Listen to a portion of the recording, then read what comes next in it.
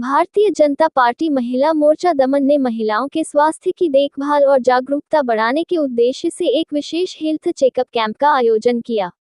इस शिविर में स्त्री रोग विशेषज्ञ डॉक्टर भारती ने महिलाओं की जांच की और जरूरतमंदों को निःशुल्क दवाएं भी प्रदान की। कार्यक्रम का सफल आयोजन महिला मोर्चा अध्यक्ष सिंपल टंडेल के नेतृत्व में हुआ।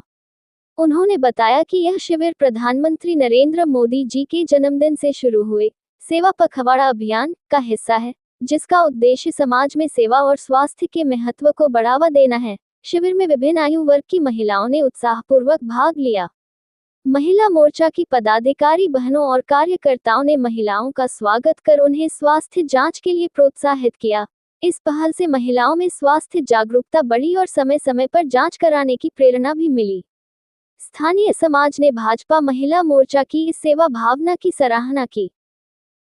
आज महिला मोर्चे एक केम्पનું આયોજન કર્યું છે જે મહિલા રિલેટેડ જે પણ સમસ્યા હોય આજે ડૉક્ટર ભક્તિ જોગની હોસ્પિટલમાં 4 થી 6 નો અહીંયા ફ્રી ચેકઅપ કેમ્પ રાખ્યો છે જેમાં ઘણી બધી મહિલાઓએ આજે પોતાનું ચેકઅપ કર્યું છે।